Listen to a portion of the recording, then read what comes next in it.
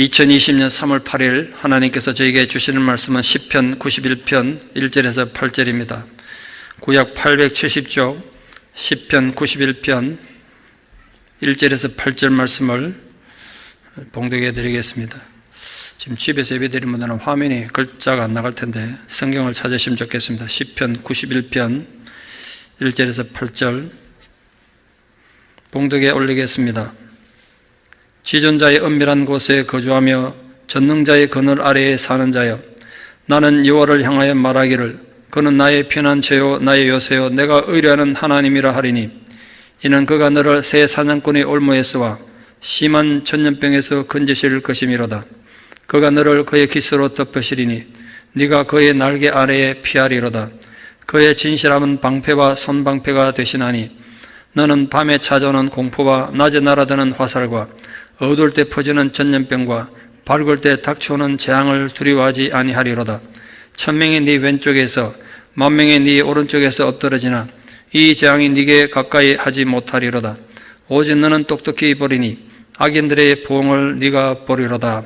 아멘. 1347년 10월 초 흑해 카파항을 출항했던 12척의 제로바 성단이 시칠리아 메시니아 항구에 도착했습니다. 항구 관리들이 배 접수를 하기 위해 올라갔더니 배 안에는 선원들의 시신이 나뒹굴고 있었고, 살아있는 선원들도 검게 타들어간 피부에 아주 흉측한 고름덩어리가 달려 있었습니다. 배에 올랐던 관리들이 이 괴물 같은 모습을 보고 기겁을 해서 이 항구에 내리지 말고 빨리 항구를 떠나라고 재촉했습니다. 그럼 이 때는 늦었습니다. 살아남은 소수의 선원들도 항구에 도착하자마자 모두 죽었고, 배에 올랐던 항구 직원들이 알 수 없는 병균에 감염되었기 때문입니다. 게다가 배를 정복하기 위해서 항구에 메어놓았던 그 밧줄을 타고 배에 있던 굶주린 쥐떼들이 육지로 상륙함으로 인해서 유럽 인구의 절반이 죽었다는 흑사병 패스트가 퍼져나가게 됐습니다. 흑사병 번지는 크게 두 가지 이유 중에 하나입니다. 사람들은 하나님의 저주라고 생각할지 모르겠습니다만 저는 하나님 저주는 아니라 생각합니다. 흑사병은 신앙과는 무관한 인간의 무지와 어리석음에서 비롯된 전염병이었습니다. 병을 옮기는 쥐벼룩에 대한 이해가 전혀 없었고, 죽은 시신을 통해서도 병균이 전염된다는 걸 몰랐기 때문에 급속한 이 역병의 전염을 막지 못했습니다. 코로나 바이러스라는 정말 전혀 생소한 전염병으로 지금 전 세계가 몸살을 앓고 있습니다. 강 건너 불구경하던 미국도 안전하지 않아서 우리도 이렇게 위협을 받고 있습니다. 특히 두고 온 조국 한국은 인구 대비 발병률이 중국보다 더 높아져서 아주 심각한 상황입니다. 한국에서 초기에 대처를 좀 더 잘했으면 얼마나 좋았을까 하는 아쉬움을 정말 감출 수가 없습니다. 우리 봉준호 감독이 기생충이라는 영화로 아카데미 사관왕을, 정말 그 역사의 길이 남을 위협을 달성해서 전 세계에 찬사를 받고 어깨가 어색했던 게 불과 며칠 전인데, 지금은 전 세계 100개가 넘는 나라에서 한국인이 들어오는 거 출입을 막는 문제 많은 나라로 취급받는 게 너무 속이 상합니다. 여러분 속상하시죠? 우리가 비록 미국 시민으로 살아도 한국인이 그런 취급받는 게 굉장히 마음 아픕니다. 이건 신앙의 문제라기보단 삶의 문제고 안전의 문제입니다. 아시다시피 우리가 사는 지역에서도 벌써 사망자가 나왔습니다. 우리가 병에 걸려 고통받고 죽는 것이 두려운 것이 아니라, 우리가 한국 교회이다 보니까 혹시나 우리 성도들 중에 발병해서 이 교회가 비난이 온상이 되고 우리 민족이 지탄의 대상이 되는 일이 벌어질까, 그 안타까운 마음을 금할 수가 없습니다. 제가 누가 독감이라도 걸려가지고 격리됐다 그러면 가슴이 철렁해요. 그게 독감인지 진짜. 아침에 누가 카톡 받고 제가 얼마나 놀란지 몰라요. 독감으로 격리해야 된다 해서 그게 진짜 독감인지. 근데 다시 물어봤어요. 진짜 독감 맞냐고. 그리고 지난주부터 한국학교와 교회학교는 휴강도 하고 식당도 폐쇄하고 모든 모임 중지하고 마음껏 찬양도 부르지 못하는 이 답답한 상황에서 예배를 드리고 있습니다. 우리가 너무 오버하는지 모르겠습니다만 우리가 한국교회다 보니까 만약에 우리들 중에 감염자가 나오면 비난의 강도가 아주 클 것입니다. 이게 지금 한국의 상황과 연결돼서 바이러스를 퍼뜨리는 삼류 민족이라는 비난을 받을 가능성이 아주 크죠. 그래서 우리가 좀 희생을 하더라도 사전에 이렇게 예방을 하는 이유이기도 합니다. 이렇게 예방했는데도 나오면 좀 비난이 덜하지 않을까 생각해서. 특히 우리 아이를 키우는 부모님들은 교회도 오지 못하고 지금 이렇게 인터넷으로 생중계라도 예배 드릴 수 있게 해서 너무 감사합니다. 여러분이 교회 오지 못하고 집에서 예배 드리는 것에 대해서 절대로 불편한 마음을 갖지 않기를 바랍니다. 하나님은 여러분 예배도 귀하게 연락하실 줄 믿습니다. 예배는 장소가 중요한 것이 아니라 신령과 진정으로 드리는 마음의 자세가 중요한 거 아니겠습니까? 한국에는 지금 대부분의 교회들이 예배도 드리지 못하고 교회를 폐쇄하고 있습니다. 전 친구들이 전부 현역에 있기 때문에 굉장히 걱정이 돼서 이런저런 방법으로 연락했더니 많은 동기 목사님들이 전쟁이 난 것도 아닌데 교회 문을 닫아야 되고 예배도 못 드려 이런 상황이 오려나 상상도 못했대요. 마음껏 찬양하고 자유롭게 예배 드릴 수 있다는 게 얼마나 귀한 일인지 다시 한번 뼈저리 깨달았다고 저도 지금 그걸 절절히 느끼고 있습니다. 여러분도 그렇지 않습니까? 예배 왔는데 찬송도 마음대로 못 드리고 정말 답답하죠. 특히 대구는 이 신천지 이단돌로 인해서 대규모 집단 감염이 일어나서 의사 간호사들의 손길이 절대적으로 부족해서 막 진짜 쓰러지는 그런 모습 뉴스를 보니까 정말 마음이 많이 아팠습니다. 그런데도 그 어르신들에게 그 기자가 물으니까 자신들이 쓰러지면 나라가 무너진다는 그 소명의식으로 힘들지만 아직은 버텨보겠다고. 그분들 퇴근도 못하고 그냥 병원에 그냥 계속 계시더라고요. 소식을 들은 전국의 개업한 의사분들, 간호사분들이 자신들의 병원을 닫고 자원봉사하러 지금 대구로 몰려들고 있다는 그 뉴스 보고 참 너무 감사했습니다. 그 의사분들은 자신들이 만약 감염되면 자신의 병원을 열 수 없어요. 실제로 많은 어르신들이 치료하다가 지금 감염되고 있지 않습니까? 근데 그분들에게 저는 무슨 보상이라도 주는 줄 알았는데 어떤 보상도 없고 그냥 생을 포기하고 자기 병원 문 닫고 달려와서 봉사하고 있는 거예요. 그런 성숙한 시민의식에 대해서 세계가 놀라고 있다고 합니다. 며칠 전에 제가 뉴스에서 우연히 그 김보성이라는 여러분 배우 아십니까? 머리 이런 분 있지 않습니까? 그분이 지금 대구 지역에 마스크가 구하기 힘들다고 하니까 그 소식 듣고 트럭에다가 마스크를 가득 싣고 어디서 구했냐고 그걸 구해가지고 대구 시내를 돌면서 이제 마스크를 무료로 나눠주더라고요. 근데 문제는 사람을 만나주죠. 대구 동성로는 서울의 명동같이 정말 번잡한 데인데 동성로를 갔는데 개미새끼 한 마리 없더라고. 내가 마음이 너무 아팠어요. 내 고향이니까 내가 너무 잘 아는데. 이렇게 김보성 씨가 기가 막혀서 사람을 만나주지 이러고 있더라고. 그러다 어떻게 하다 몇 분 있는데 만나가지고 이제 마스크를 대구 분들 힘내십시오 이러면서 마스크를 이렇게 나눠주니까 그 젊은 어떤 여자분 아주머니가 한번 받고 그 마스크를 들고 막 울더라고요. 통곡을 하고 막 울더라고요. 김보성 씨도 막 당황이 됐죠. 그게 뉴스에 그대로 나오는데. 주면서 김보성 씨 당황해서 아이고 아주머니 많이 힘드셨군요. 힘내세요. 막 그래서. 아주머니 급히 갔다 오더니 꽃다발 하나랑 손으로 편 편지를 하나를 전해줬습니다. 편지 내용이 카메라 잡힌 내용, 간단한 내용 이런 거예요. 요즘 장사도 안 되고 완전히 무인도처럼 고립되어서 너무 외롭고 힘들었는데 이렇게 찾아와서 위로해 주셔서 너무 감사하다 이런 편지 내용이었습니다. 제가 어제 뉴스에서는 한번 충청도는 지역 같은데요. 부모들이 맞벌이 하거나 부모가 돌봐줄 수 없는 상황에 대해서 아이들을 돌봐주는 돌봄센터라고 있습니다. 가난한 집 애들이죠, 되게. 5, 6학년 아이들 한 10여 명이 모여 있었는데요. 그 아이들이 이제 몇 달 전부터 이번 여름 방학 되면 외국 여행 한 가보겠다고 애들이. 어딘지 모르겠으면 외국이. 그동안 돈을 모은 거예요. 대지정부는 한 사람씩 대지금통 모았는데.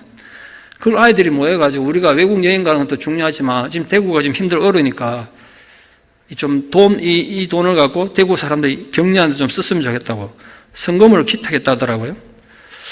그걸 그 선생님이 감동해서 뉴스 제보해서 뉴스에 보도됐어요. 전체 액수는 한 25만 원 정도 되니까 큰 돈은 아닙니다만 그 마음들이 지금 고통받고 있는 사람들이 얼마나 위로될까 보고 참 마음 코끝이 찡했어요. 그 외에도 많은 사람들이 이웃을 위해서 섬기고 나누는 그 모습에서 저는 희망을 받습니다. 정부는 대처를 잘못해서 세계에서 욕을 먹더라도 우리 국민들의 그 희생과 사랑의 모습 보고 그래도 우리 민족에 희망이 있구나. 그걸 제가 본 거죠.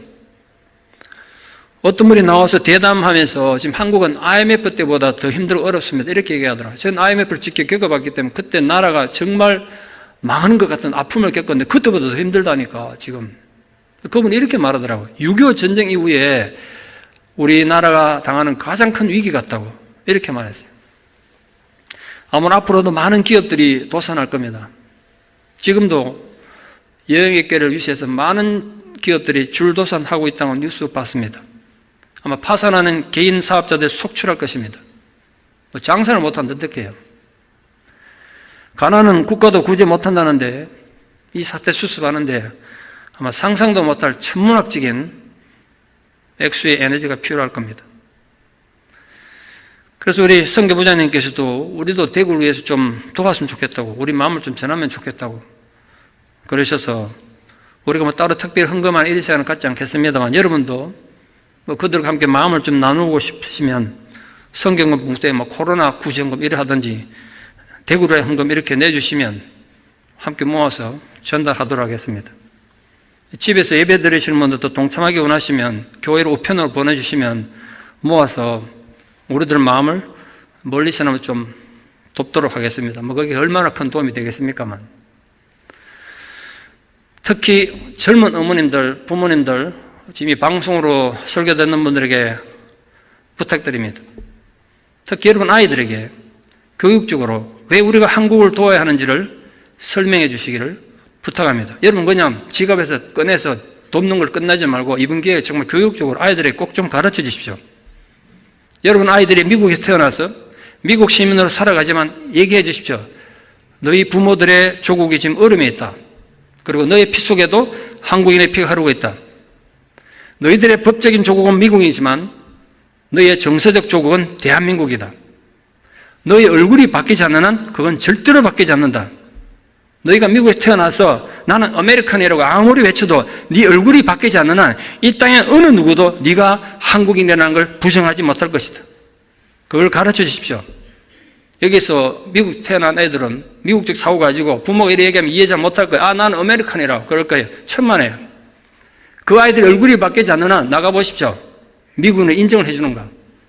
제가 이번에 사태 겪으면서 더 뼈저리게 느꼈어요. 한국인의 얼굴을 가졌다는 사실 자체만으로 우리가 얼마나 지금 감시의 눈초리를 받고 삽니까?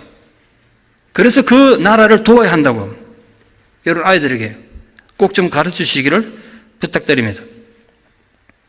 역사적으로 큰 역병이 돌아서 피해를 보았던 경우는 많이 있죠. 여러분 잘 아시죠? 성경에도 그런 경우가 많습니다. 하나님 진노로 역병이 퍼져나간 경우가 여러 번 기록되어 있죠. 오늘 우리가 읽은 본문은 바로 이 코로나 바이러스 같은 치명적인 전염병이 돌아와서 어려움이 있을 때 하나님 도우심을 구하며 쓴 성경입니다. 다윗이 말년에 또 교만해져가지고 하나님께서 금지했는데도 인구조사에서 자기를 이렇게 드러내려고 교만에 처했던 것 같아요. 그 범죄 때문에 하나님 징벌로 이 코로나 바이러스 같은 역병을 돌게 해서 7만 명이나 죽었다고 성경에 기록되어 있습니다. 그때 다윗이 하나님께 도움을 구하기 위해서 오늘 본문을 썼다고, 오늘 본문에 보면 누가 썼다고는 없지만 많은 성경 역본들이 가장 많이 지지하는 게 다윗이에요. 많은 신학자들이 그걸 지지해요. 그러니까 코로나 바이러스로 어려움을 겪고 있는 오늘 우리들에게 특히 의미 있는 말씀이 아닐 수가 없습니다. 저는 우리는 오늘 이 본문을 통해서 코로나 바이러스 사태와 같은 사회적 위기 앞에서 신앙인은 어떻게 살아야 되는가? 우리의 신앙 고백은 이런 큰 사회적 위기 앞에서 어떻게 표현되어야 하는가? 우리는 무엇을 믿는가? 그런 부분에 대해서 함께 좀 고민해 보려고 합니다. 오늘 본문에는 코로나 바이러스 같은 걸 어떻게 이겨낼지 하나님 지혜가 담겨 있습니다. 무엇보다 하나님께서 심한 연병, 심한 전염병에서 우리를 건지실 것이다. 이렇게 약속하셨어요. 여러분 이게 3000년 전에 쓰여진 성경입니다. 이 코로나 바이러스 같은 데서 하나님께서 우리를 3000년 전에 이미 건지겠다고 약속하셨다는 거 감사하지 않습니까? 놀랍지 않습니까? 그러니까 여러분 너무 두려워하지 마십시오. 삶이 힘들어도 너무 놀라지 마십시오. 하나님이 우리를 그 심각한 전염병에서 건지실 것입니다. 그걸 믿습니다. 어두울 때 퍼지는 전염병으로부터 우리가 두려워하지 않게 될 것을 약속하셨습니다. 어두울 때 퍼지는 전염병은 대단한 두려움을 주는 역병을 말합니다. 이 고대 근동에서는 재앙의 신은 밤에 어두울 때 활동하는 것으로 인식되어 있습니다. 우리는 지금 세계적으로 이전에는 경험해 보지 못한 정말 놀란 전염력을 가진 신종 코로나 바이러스에 위협받고 있습니다. 뉴스를 통해서 많이들 아시겠습니다만 이게 정말 얼마나 질이 안 좋은 바이러스인지 감염돼도 아무 정상이 없어요. 독감이 걸리든지 보통 사람 몸은 바이러스에 감염되면요 100kg 활동해서 몸에 열이 나게 돼서 발열이 돼야 돼요. 체온이 올라가야 돼요.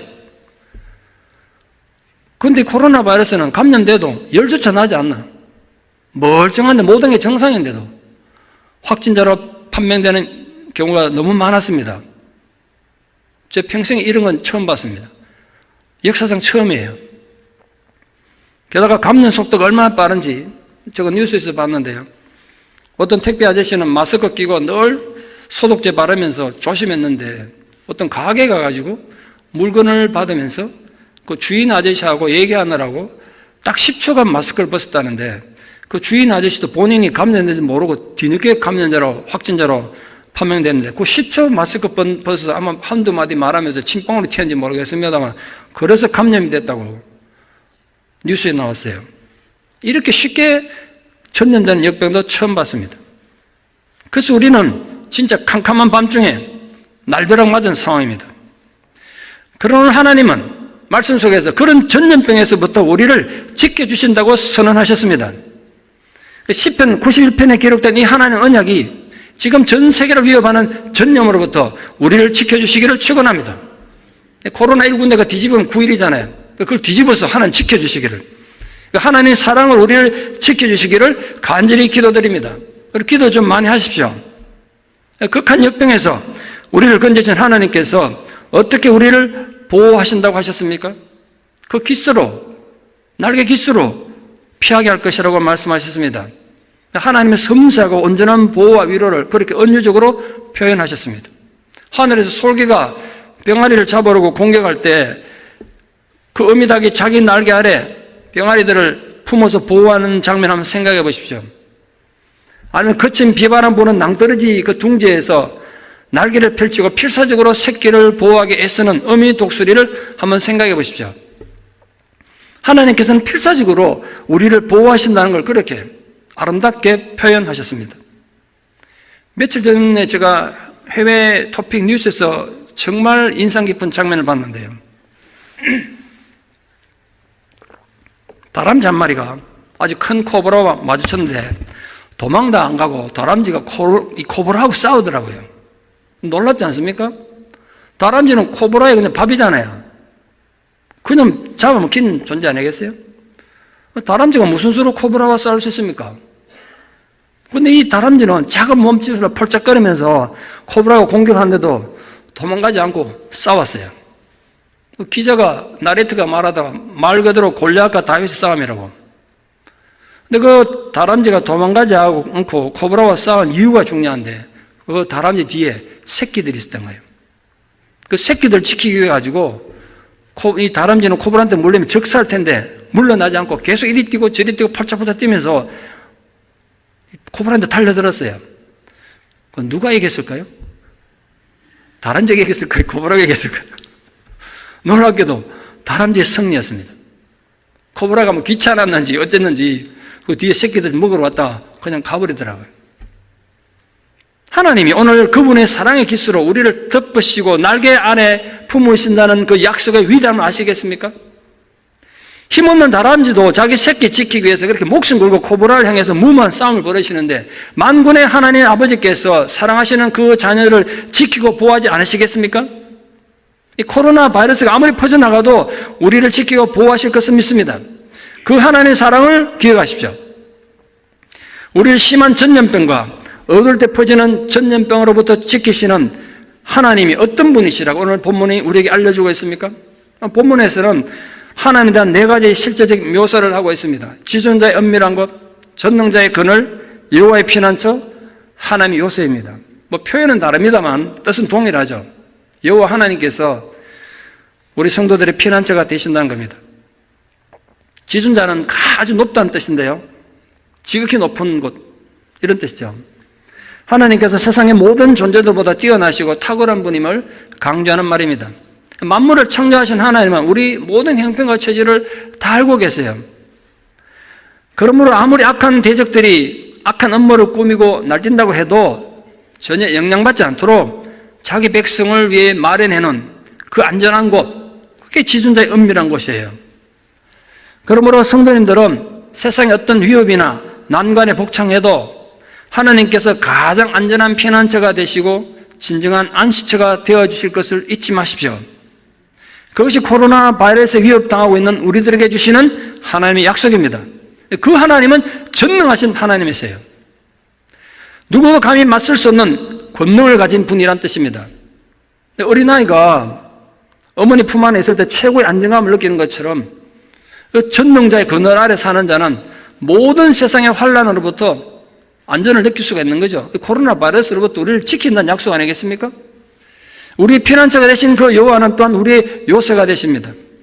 요새는 적의 공격으로부터 보호하고 지켜주는 것입니다. 하나님이 모든 세상의 악한 영들의 공격에서 우리를 지켜주시고 우리가 승리할 수 있도록 든든한 방어처가 되어주시기 때문에 하나님은 우리의 요새가 되십니다. 그러므로 지존자이시고 전능하시며 우리의 피난처와 요새가 되시는 여호와를 우리가 의뢰할 수 있습니다. 이스라엘의 피난처가 되시고 요새가 되시고 의뢰하는 하나님이 바로 오늘 코로나 바이러스로 위축된 우리들에게도 똑같은 보호와 은총을 내려주시고 있음을 믿습니다. 그러면 우리 보호자 되신 하나님께서 어떻게 우리를 보호하시고 우리를 위해 행하시는 일이 무엇입니까? 새 사냥꾼이 올무에서 건진다고 그랬습니다. 물론 올무는 자연적인 지혜도 되겠습니다만 인간들의 음모와 위협 등을 가리킬 때 은유적으로 많이 사용되는 표현입니다. 특히 각종 사단의 공격과 엄밀한 또 엄중한 공격이나 노골적 공격에서 우리를 보호하심을 그렇게 비유적으로 말씀하신 것입니다. 하나님께서 우리를 그렇게 보호해 주신 결과 각종 위험과 공포로부터 우리를 보호한다는 걸 다시 한번 이렇게 강조하셨어요. 어떻게 보호한다 그랬냐? 첫 번째로 밤에 찾아오는 공포로부터 보호받습니다. 밤의 공포는 갑자기 닥친 위기를 말합니다. 인생에 밤이 닥치면 은유적으로 밤이 닥치면 누구나 공포를 느끼고 두려움을 느끼죠. 그런 하나님은 그 모든 밤의 공포로부터 우리를 지켜주시는 전능하신 하나님이란 거예요. 모든 캄캄한 밤중에 위험이 닥치면 두려움이 커지는 건 당연한 일이죠. 그러나 여호와의 주권과 권능이 미치지 않는 곳은 없기 때문에 주를 의지한 자는 어떤 상황에서도 담대함과 평안을 누릴 수가 있습니다. 두 번째로 낮에 날아드는 화살의 공격으로부터도 보호받는다고 말씀하셨습니다. 낮에 날아드는 화살은 이 상징적인 의미인데 한낮에 발생하는 일사병 같은 그런 질병을 상징하기도 합니다. 광야 생활을 해왔던 이스라엘 민족에게는 단지 군대 위협뿐 아니라 자연재난이 수없이 많았었기 때문에 그렇습니다. 밤이 어둠이 공포라면 낮에 날아드는 화살은 눈에 보이는 실제적인 위협으로 인해서 더 큰 공포를 갖게 합니다. 전장에서 적들이 백주대낮에 감당할 수 있는 막 공격을 퍼부을 때 그때 염려하지 말라는 거예요. 왜냐하면 하나님께서 방패와 손방패가 되셔서 우리를 지키고 보호하시기 때문입니다. 그 손방패라는 단어 뜻 자체가 단물로 둘러싼다는 말에서 온 말입니다. 하나님의 자녀들인 성도들을 방패로 적들의 공격을 막아내듯이 일생 동안 지키고 보호하여 주시는 하나님 신실하심을 그렇게 표현한 것입니다. 치열한 전쟁터에 여러분 드라마나 영화에서 봤던 장면 기억해 보십시오. 적군대 쏘는 화살이 새카맣게 날아오는 나를 향해 날아오는 장면을 상상해 보시라고요. 하늘에서 숨막히는 두려움이 쏟아지겠죠. 그러나 그런 두려움이 하늘에서 쏟아져도 하나님은 보호해 주실 거라는 거예요. 셋째로 밝을 때 닥쳐오는 재앙을 두려워하지 않도록 보호하신다고 말씀하셨습니다. 전쟁이나 질병이나 홍수나 태풍같이 우리 인간의 삶의 터전을 위협하고 파괴시키는 고통스러운 상황과 모든 재앙을 의미해요. 그런 데서 우리를 보호하겠다는 거예요. 특히 지금은 코로나 바이러스가 우리 시대에 닥친 재앙 아니겠습니까? 그러나 신실하신 하나님으로 인해서 그 모든 두려움과 위협 그리고 질병과 환난을 두려워하지 않게 하겠다는 거예요. 왜냐하면 1000명이 네 왼쪽에서 10,000명이 네 오른쪽에서 엎드려져도 하나님께서 이 재앙이 너희에게 가까이 하지 못하도록 지키고 보호하겠다고 약속하셨기 때문입니다. 물론 여러분 하나님을 믿는 자라고 해서 모든 물리적 재난으로부터 면제되는 거 아닙니다. 신앙에도 어려움 겪죠. 그러나 우리가 전능하신 하나님 보호 아래 있는 이상 그 어떤 재난이나 불행이나 코로나 바이러스 같은 시련이라도 우리의 영원한 구원은 빼앗아갈 수가 없습니다. 설령 죽음이 우리에게 닥친다고 해도 변하지 않을 하나님 언약이 우리에게 있잖아요. 그 하나님 보호하심과 편안체 개념이 바로 이런 의미란 말이에요. 인간은 누구나 언제 질병에 들릴지 언제 죽을지 그 두려움이 있죠. 내일에 대한 불안이 있습니다. 내 소유를 잃어버린 데 대한 근심 걱정에서 헤어날 수 없는 존재죠. 환난을 당한 동안에는 신앙이 아무리 있어도 하나님 보호가 없는 것 같습니다. 하나님 약속이 헛되고 거짓처럼 생각되기도 합니다. 그러나 하나님은 전혀 다른 의미의 보호와 위로의 깃털로 우리를 보호하십니다. 그 환난을 제거하지는 않지만 우리가 환난을 당하지만 그 환난을 이길 수 있는 힘을 주시는 것입니다. 우리를 하여금 그 쓰라리고 눈물 나는 환난에서 승자가 되게 하십니다. 그 환난의 과정을 통해서 우리가 변화되고 성숙하는 경험을 하게 하십니다. 그 결과 우리는 어둠 속에서 빛을 보게 될 것입니다. 슬픔 속에서 이해할 수 없는 기쁨을 맛보게 될 것입니다. 그러므로 사랑하는 여러분들이 앞으로 인생을 살아가다가 감당하기 힘든 극한 환난을 만난다면 오늘 본문을 떠올리시기를 바랍니다. 시편 91편은 시편에서 가장 아름다운 시편 중에 하나로 인정받아요. 코로나 바이러스 같은 천재지변에 대해서 많은 사람이 한꺼번에 아픔을 당할 수도 있지만 여러분이 개인적으로 말 못할 고통 속에 노출될 수도 있습니다. 특히나 여러분이 잘못한 것도 아닌데 버림받고 고통받는 아픔 속에 노출됐을 때 하나님께서 여러분의 피난처가 되시고 요새가 되시고 의리할 수 있는 분이 되어주실 것을 믿으십시오. 하나님 아버지의 진실함으로 여러분을 지키고 보호하실 것을 절대로 잊지 마십시오. 하나님 아버지는 사랑하는 자녀를 잊으시는 법이 없으세요. 인간들이 하나님 외면하고 등지는 것이지 하나님은 결코 우리에게 등을 보이는 법은 없으세요. 고아들을 돕는 사회적 기업인 브라더키퍼라는 기업이 있습니다. 그 기업을 책임지고 있는 김성민 대표는 본인도 고아 출신입니다. 자기 정확한 나이도 몰라요.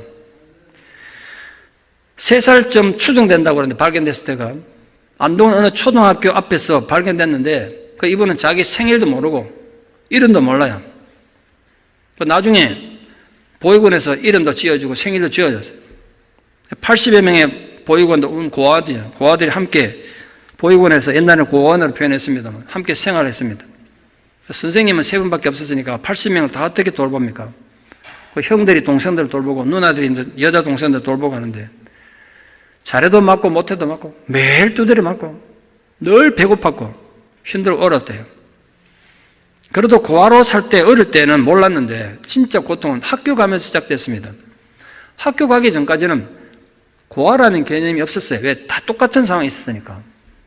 근데 학교 입학을 했는데 자기는 보육원 선생님 손잡고 갔는데 다른 애들은 다 엄마 손잡고 와서 엄마라고 부르는 그때 처음 봤어요. 그때 자기는 내가 저 아이들하고 다르구나. 그걸 알게 된 거죠. 집에 돌아갈 때 자기는 혼자 외롭게 터벅터벅 걸어가는데 모든 아이들은 할머니가 나오든 어머니가 나오든 교문 앞에 기다리고 있다가 다 손잡고 데려가는 걸 봤어요. 교실에서 물건만 없어지면 고아들이 제1순위 범인으로 늘 지목당했습니다. 그게 너무 힘들었대요.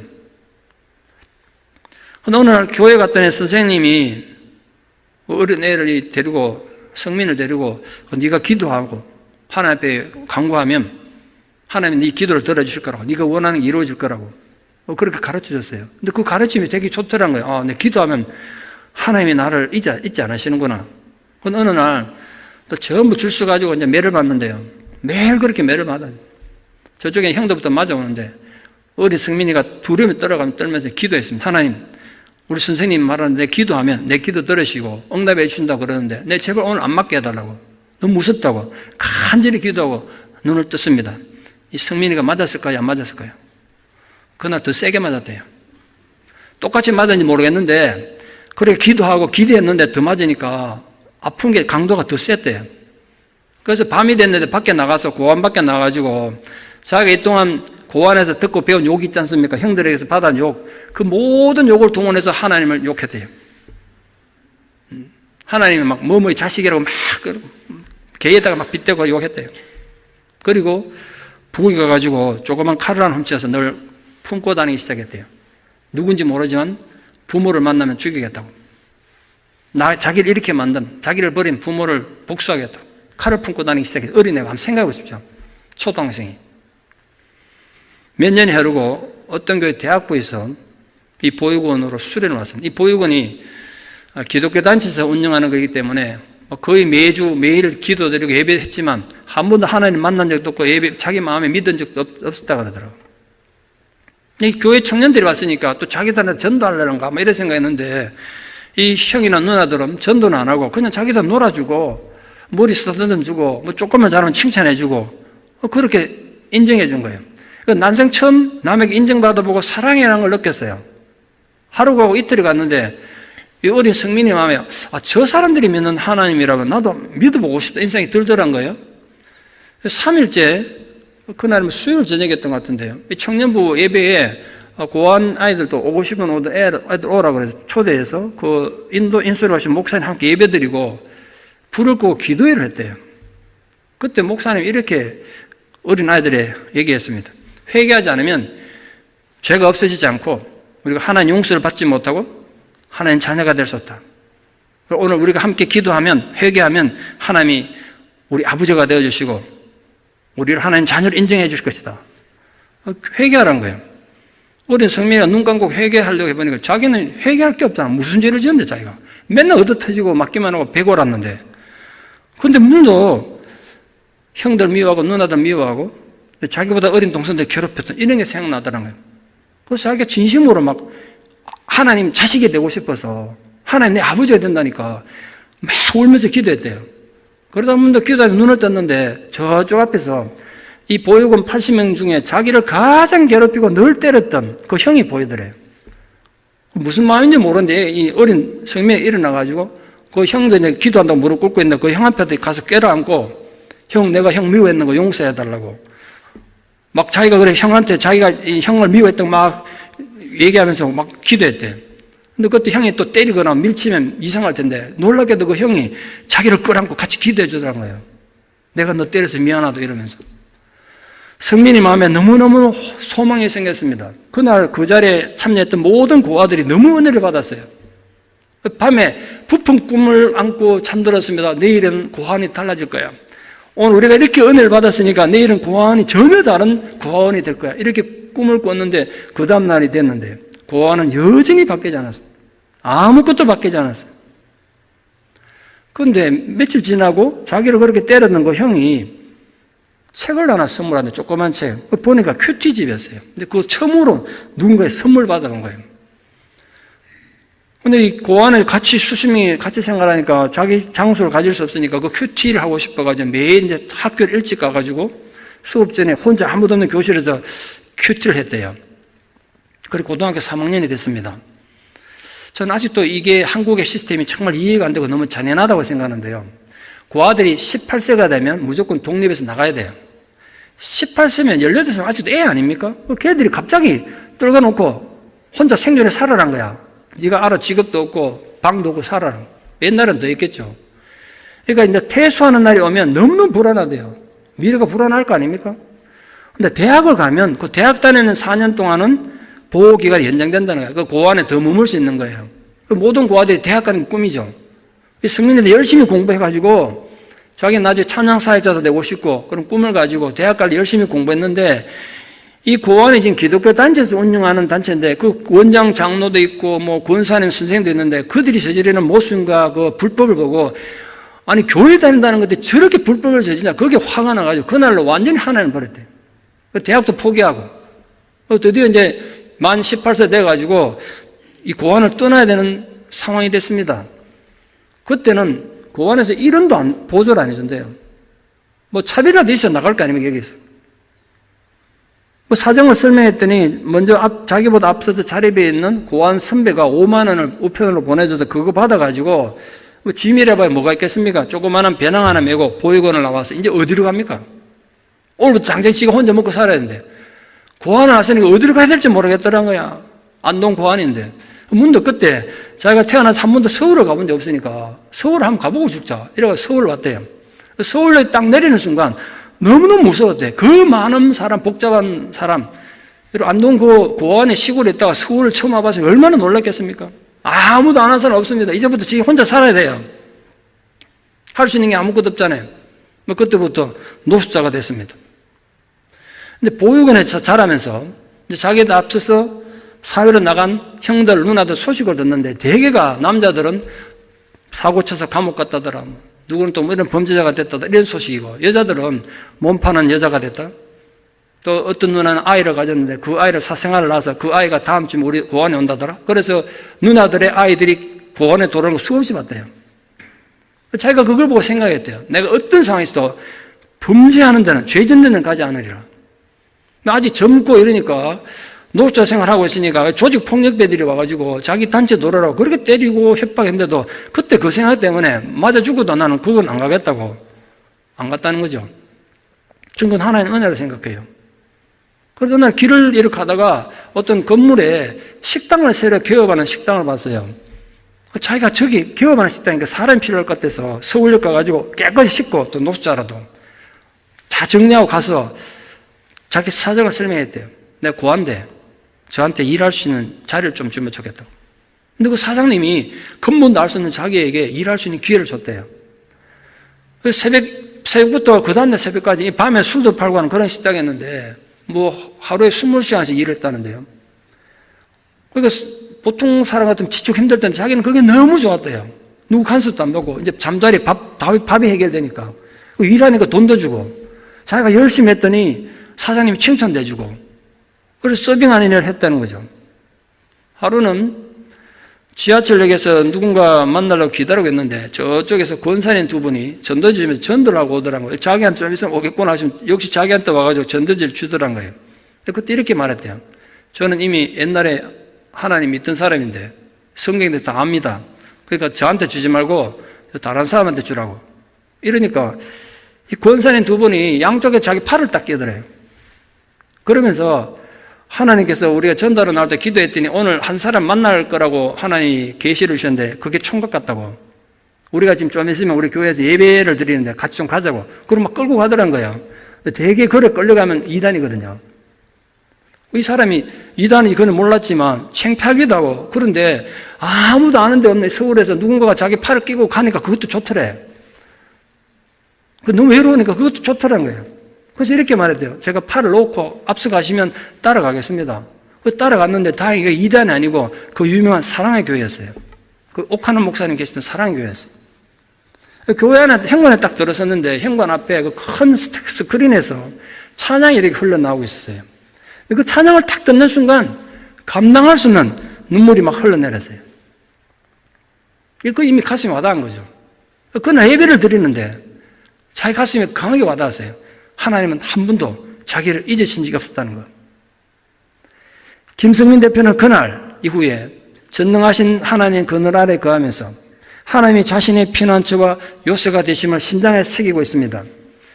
그리고 내가 의뢰하는 하나님이라고 간증하면서 지금도 고아들을 돌보는 사역을 결혼까지 해서 하고 계십니다. 하나님의 자녀들은 하나님의 각별하신 보살핌의 대상이 됩니다.